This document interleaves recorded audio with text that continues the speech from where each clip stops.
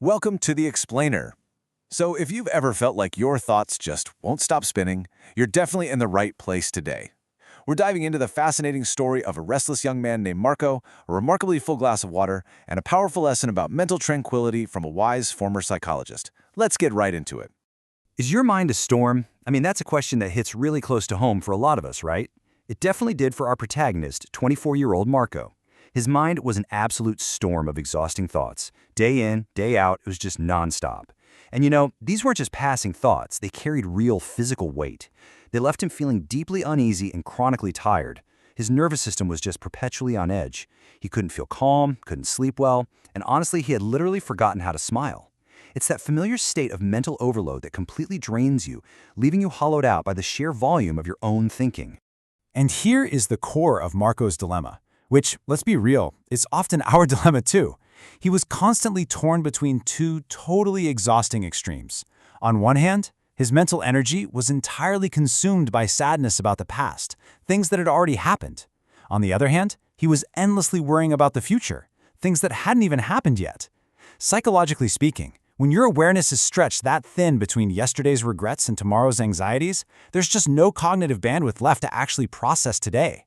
You're physically present, but mentally, you're completely absent, trapped in a timeline you have zero control over. Desperate to heal from this chronic anxiety, Marco hears a rumor about a faraway village up in the hills. Word was a wise elder lived there, a man who used to be a famous psychologist in the city. Now, this wise former psychologist had spent his whole career helping people find mental peace. But as he got older, he traded that overstimulating city life for a quiet existence close to nature, only occasionally offering advice to weary travelers. Hearing this, Marco becomes incredibly hopeful. He thinks, maybe this guy holds the secret to finally quieting my mind. So he packs up and undertakes this long, physically exhausting journey spanning several days, trekking through rough terrain just to reach this remote hill village. When he finally arrives, he spots a small, greenery-covered house, and sitting quietly on the porch, eyes closed, is the elder. The man just radiates this profound sense of calm. Marco walks right up to him and makes this heartfelt, absolutely desperate plea. "Grandfather, my mind is very restless. I cannot stop thinking. I want peace in my heart. Can you help me?" It's such a raw, direct cry for relief from that mental storm that had been torturing him for months. Now, you might expect a long, traditional therapy session here, right? Maybe diving deep into childhood traumas or laying out some complex philosophical framework. But no. The elder slowly opens his eyes, smiles a very calm smile, and hands Marco a highly specific physical challenge. He takes Marco into the yard, takes a glass, and fills it with water completely to the brim. So incredibly full that even the tiniest shake of a hand would make it spill.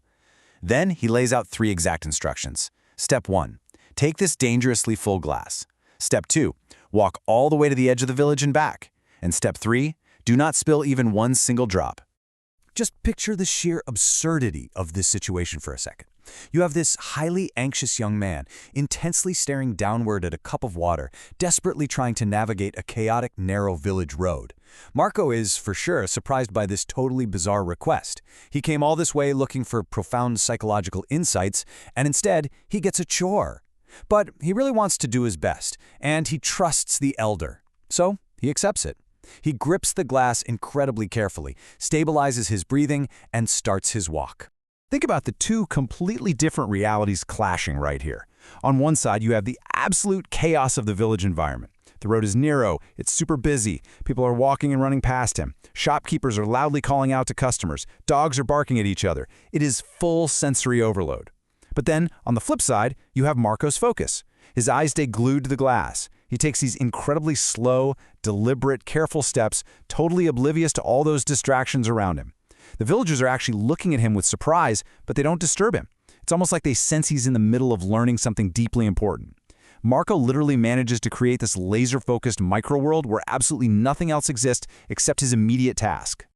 And against all odds, he pulls it off. Marco successfully makes it to the edge of the village and slowly walks all the way back to the old man, proudly declaring that he didn't spill a single drop. The elder nods appreciatively, but then he asks a very specific question. He asks, "Did you see the children playing on the side of the road? Did you hear the dogs barking?" Marco looks super surprised and gives this incredibly revealing response. "No, I didn't see or hear anything. I was only focusing on the glass." Boom. There it is. The glass of water wasn't really the point at all. It was simply a tool used by the wise former psychologist to force Marco's awareness completely into the present moment. He explains to Marco that this laser focus, that is the actual secret to true inner peace. And the crazy part is, it was a state that was actually already inside him. Psychologically speaking, the human brain can only actively focus on so much at one time. When your mind stays entirely in the present moment, there is literally no cognitive space left over to generate fear, confusion, or extra thoughts. When Marco was dialed in on balancing that water, his mind went completely quiet.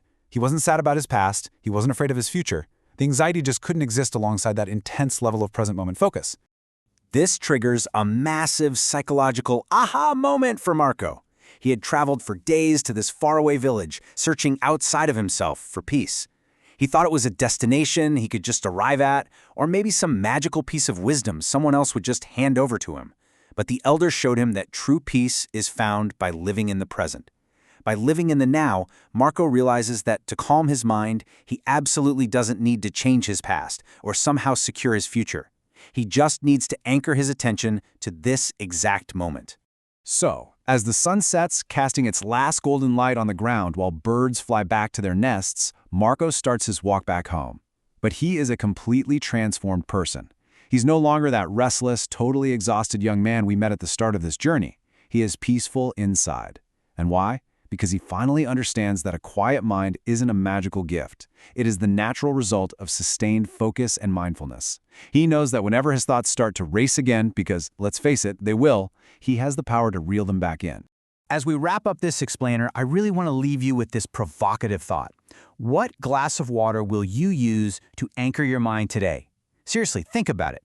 You don't need to carry actual water through a busy street to find true inner peace. Your anchor could be your breath, it could be the physical feeling of your feet resting on the ground, or maybe just giving your full, undivided attention to whatever mundane task is right in front of you.